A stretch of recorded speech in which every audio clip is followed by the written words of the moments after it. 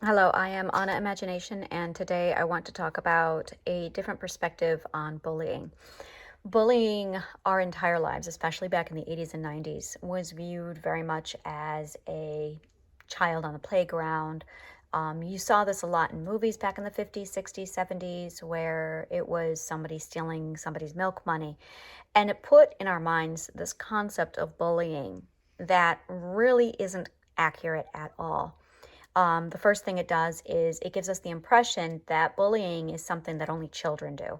It also gives us the impression that it's something that only a person who is taller or bigger than us does to somebody smaller. Also, especially in earlier years, it was something that only men did or boys did. And with movies like Mean Girls, we saw more and more that it is something that girls do, which kind of started to break into this topic of changing how we view bullying, but there's a lot more to it than that.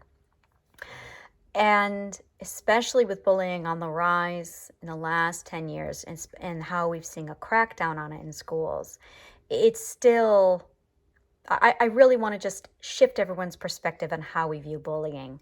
So stop thinking about bully for just a moment as a bully, but instead think of it as an action, a bullying action. What it really is and what really happens when a person bullies is it's invalidation. That's really all it is. It is a form of invalidation.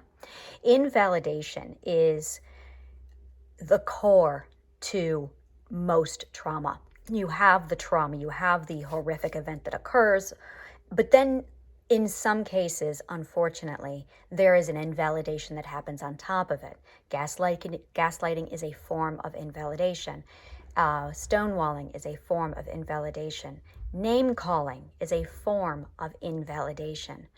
And it pops up in so many different areas of our lives, day to day, moment to moment, that there's just not the awareness that's going on today because we're still in this mindset of bullying only happens on the playground. So we're going to throw that out today and we're just going to focus on what actually bullying is and who does it and who is subjected to it. And it's mind-blowing. Just be open-minded for the next 15 minutes on this particular topic. So, invalidation is the process of basically saying that your voice doesn't matter, or your name or you don't matter. That is invalidation. It is literally just a strip across an entire person saying, you have no voice and you don't matter. That takes away a person's identity and it takes away a person's name. More importantly, it also replaces their name with a label. And when this process takes place, it strips away a person's identity. A little piece of who they are gets suppressed and forgotten. And that's really what is going on with invalidation. So now let's take a look at who invalidates and what invalidation actually looks like. If you look at what invalidation actually is, it's easier to see who invalidates when and why. And so we're going to focus right now on the what invalidation is and all the little ways that it's done. So if it's the process of silencing a person's voice or taking away their name and replacing it with a label, taking away a little piece of their identity and communicating the message, you don't matter. Invalidation suddenly goes from being bully on a playground to this much wider spectrum of what bullying really is, of what invalidation is, and what's going on when it's taking place. And really, that opens up the avenue to the long-term destruction of what's going to happen 5, 10, 20 years down the road, and how sticks and stones may break my bones, but names will never hurt you, really is so inaccurate and is in itself a form of invalidation. So let's get right into this. When you have a relationship of any kind, whether it's parent to child, doctor to patient, lawyer to client, anything you can possibly think of, teacher to student, we have interactions that we have regularly and on a daily basis. We have thousands of little moments that make up our interactions from day to day. And anytime somebody addresses you with an attitude or a comment of, be quiet, shut up, you don't matter, or you're stupid.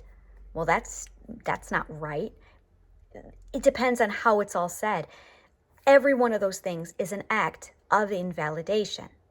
Now, some people have the ability, the strength to protect themselves, put up that boundary and say, excuse you, I'm entitled to my opinion. But unfortunately, a lot of people don't. A lot of people are abused, beaten, slapped, scolded, grounded, punished for using their voice. And the most common place we see this is actually between parent and child. And this is where it gets mind-blowing. When you have a parent and a child, automatically there is a power exchange. There is a power exchange happening. And of course, the power is on the parent, and the child is susceptible to that power that the parent holds. Now, this is where having that power as a parent, a therapist, a doctor, or a lawyer, a teacher is vital to a responsibility. It comes with that responsibility of making sure you don't abuse your power. Now, let's say that you're the kind of parent, or you see a parent who's the kind of person who says things like, children are meant to be seen, not heard. That kind of a comment actually teaches a child that their voice doesn't matter. It is a form of invalidation. You take the child's voice away, and as a result, the child is taught that their individuality and their independence and their identity is somehow less than yours. It's also in the form of, hey, respect your elders. Now, technically, we should respect everybody, not just our elders. By saying things like respect your elders, you're suddenly taking an elder, whether they've deserved it or not, whether or not they're abusive, and you've put them on a power pedestal where now they have the ability, just because of entitlement, of putting down on this child or this person. Now, here's the problem with that. If that is a person who does not earn that respect, if that person, although they are elderly, are abusive, suddenly the person who is not elderly, who is conditioned to respect your elders, is being forced to be, or continuously invalidated by the elder because of this old adage that we keep saying. It is another form of invalidation. When you go into a doctor's office and you say, this is how I feel, this is what's wrong with me, and a doctor says to you, oh, it's probably nothing, or it's probably this, and then later you find the diagnosis was incorrect, or they didn't listen to you, or the notes they took down on their computer were absolutely not accurate because they weren't listening.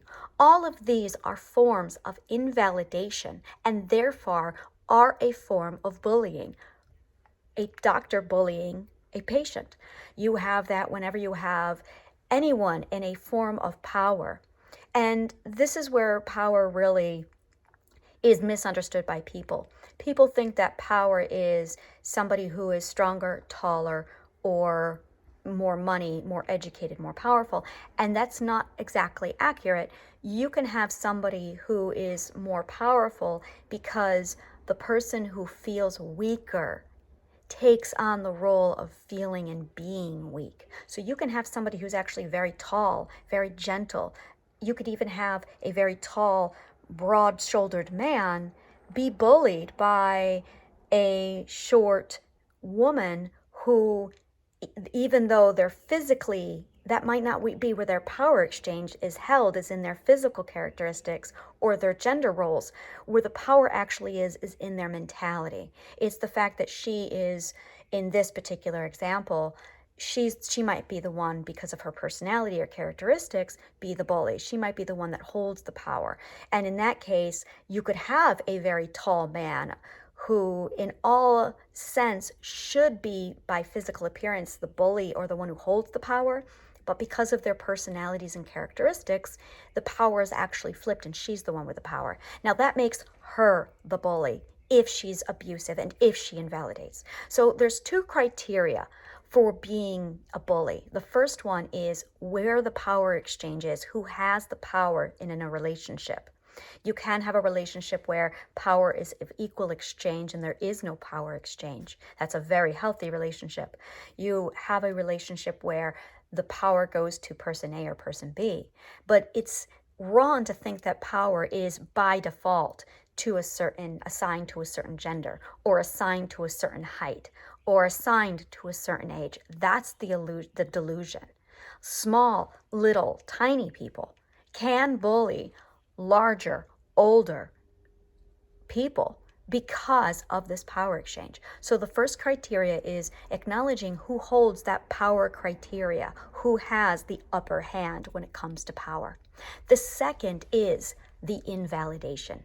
Now, just because you have that power exchange happening doesn't necessarily mean there's bullying. You can have a consensual position of power, whether it be in marriage, whether it be in your ethical studies, whether it be in your life day to day, your friendship, even in a sub-dom relationship with BDSM. That is in a consensual power exchange. However, it's when you have the power exchange and it's coupled with the invalidation that goes along with it. That invalidation can come from anywhere. It's when the invalidation comes from the one who holds the power. And that is your combination of bullying. So now if we were to take that concept, step away from it, and take a look at everybody else and all the situations on a day-to-day basis, when you post something on Facebook and somebody aggressively comes at you, now they can come at you and say, I disagree, and they can have that conversation with you about why they feel that they don't agree, so long as the invalidation does not take place. Invalidation comes in the forms of name calling. It's silencing. It's telling you that you're not allowed to speak. You're not allowed your opinion. Those, in so many ways, are invalidation. And that is what is happening with the bully concept. Now, when somebody goes into this, this is really where it flips everything around. People think that a bully is a title or it's a label, and it is in itself a name that we put on a person. In truth, everybody bullies at one point or another. It is not a title like this person is a thief that labels that person permanently a thief for the rest of their life. And no matter what they're doing, good or bad, even when they're not stealing, they're still considered a thief. So again, I'm going to slow down this example and give it to you one more time with clarity. When you have a label on somebody that is not their name, a person steals. A thief is stealing even when they're not. That's the difference. A bully is bullying even when they're not. But somebody who is bullying can step into the role and out of it as they need. So if we stop labeling people as bullies or thieves, etc., that in itself is a form of invalidation, because you've taken away the person's title, their name, and you've replaced it with a label. That label invalidates because you have taken a part of their identity and replaced it with falsehood. This is the beautiful part of all of this. If you accept the fact that everybody bullies in turn, everybody takes turns at this, suddenly it doesn't become something that that person over there on that school playground does all the time. Now it's something that you have to look for in yourself at all times, to be vigilant and mindful about, to make sure you do not invalidate other people. So when you exchange with other people, is there something in your head saying, hey, am I being fair? Am I giving the person their right to their voice? I can disagree without invalidation. I can want something and express myself without invalidating others. That suddenly takes the bully concept, and instead of tagging it on, oh, he's the bully or she's the bully in the school, to this is now something we are all need to be held accountable for. And it becomes something that we're mindful about.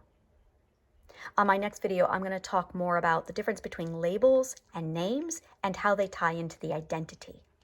My name is Anna Imagination. I can be found at www.angelabchrysler.com.